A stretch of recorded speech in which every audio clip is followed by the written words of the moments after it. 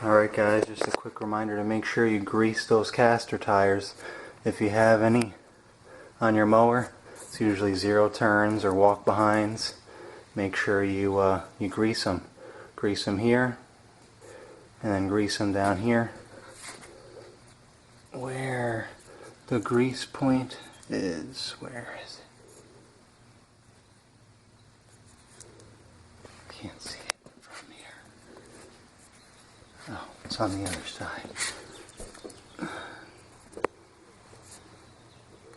And right there.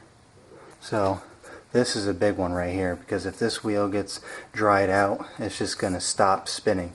And that's what was happening to this one. I could tell already that it was starting to get stiff. And I greased both of them a few days ago. But I greased this one a few days out. I tried to grease both of them a few days ago, and I couldn't grease this one. It was clogged. There must have been some dirt and junk up in there. So you gotta get a nail or something, and just push it right in that button right there, and just kind of keep sticking the nail in and out of there until the grease starts leaking out. The clog, whatever was clogged in there, was stopping my grease gun from pushing the grease in there. So I just cleaned it out with the nail. Once I saw the grease start leaking out, wiped it off, put the grease gun on there, a couple of strong pushes, and I could feel that it finally broke through the clog and started filling this all up. It took a lot of grease to fill this up, and I had to just keep spinning it like this just now. Now it spins freely like that. That's what you want it to do. Before it was like this. I had to really push it, pull it.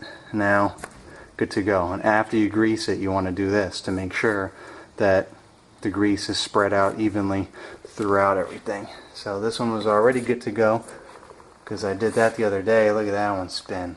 Yeah, that one's just still spinning. So this one will get like that too,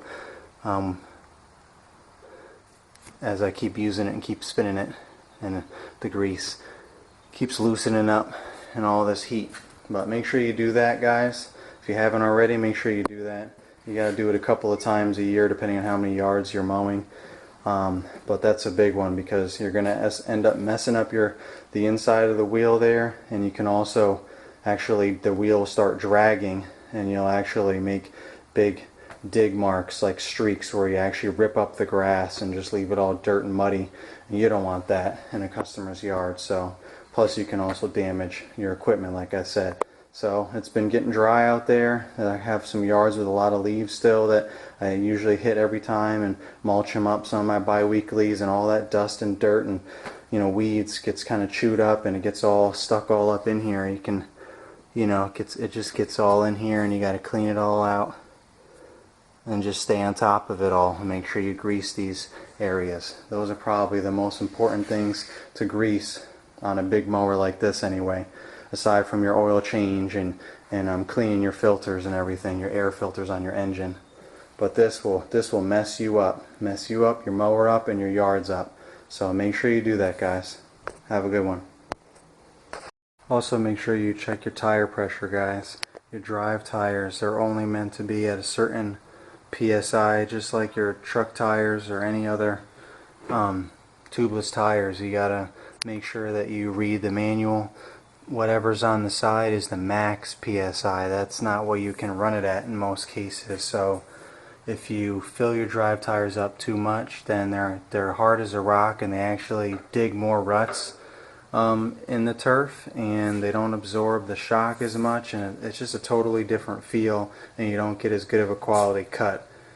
Overfill your tires, and then actually read the manual and let out the proper amount of air so that they're at the right PSI, and then run it, and you'll see the difference. It's like night and day.